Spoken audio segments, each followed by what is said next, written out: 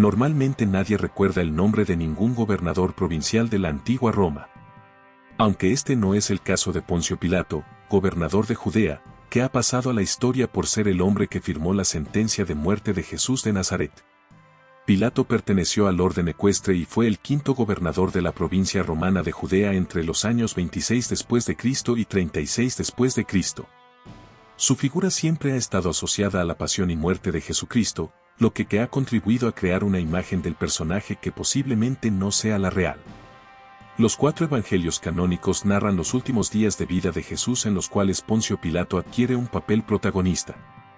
Los textos sagrados del cristianismo dicen que el gobernador lo condenó a morir en la cruz, aunque al principio intentó indultarlo tras la condena a muerte que le había impuesto el Sanedrín, una asamblea de sabios judíos que impartía justicia. Finalmente, al darse cuenta de que la situación podía estallarle, Pilato decidió lavarse las manos mientras exclamaba: «Inocente soy de la sangre de este justo». Vosotros veréis, Mateo 27 al 24, dejando bien claro que él no se hacía responsable de la muerte de Jesús. Aunque Poncio Pilato es el gobernador de Judea del que tenemos más información, no se sabe gran cosa acerca de su vida antes de ostentar el cargo, al que accedió gracias a la influencia de su amigo Lucio Helio Sejano, hombre de confianza del emperador Tiberio.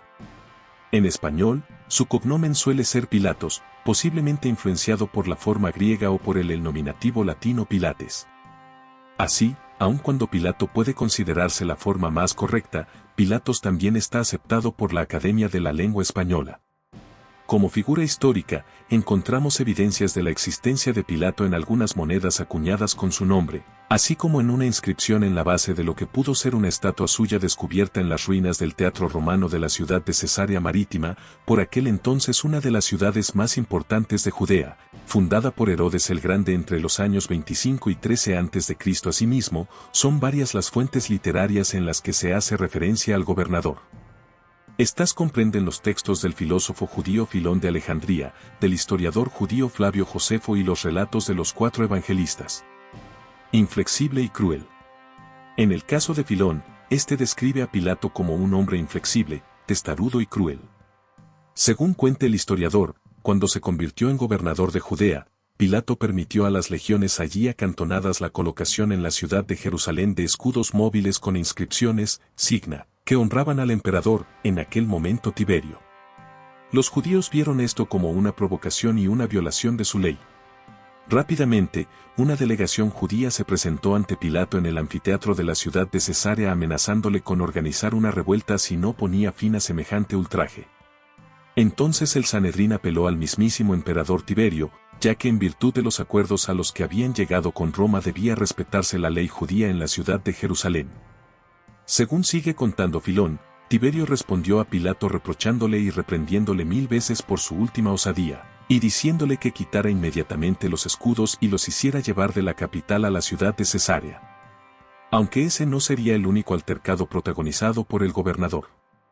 Se cuenta también que Pilato hizo construir un acueducto con cargo al erario del templo de Jerusalén, para lo cual pidió fondos al Sanedrín bajo la amenaza de aumentar los impuestos si no le eran entregados.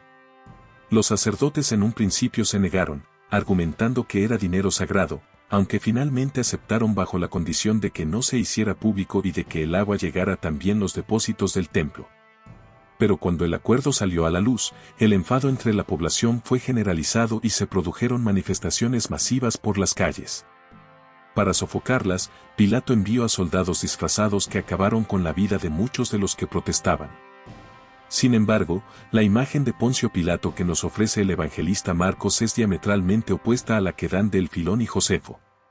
En el evangelio que lleva su nombre, Marcos nos presenta a un hombre débil que, presionado por los judíos, y a pesar de no encontrar nada que lo justifique, se ve obligado a condenar a muerte a Jesús.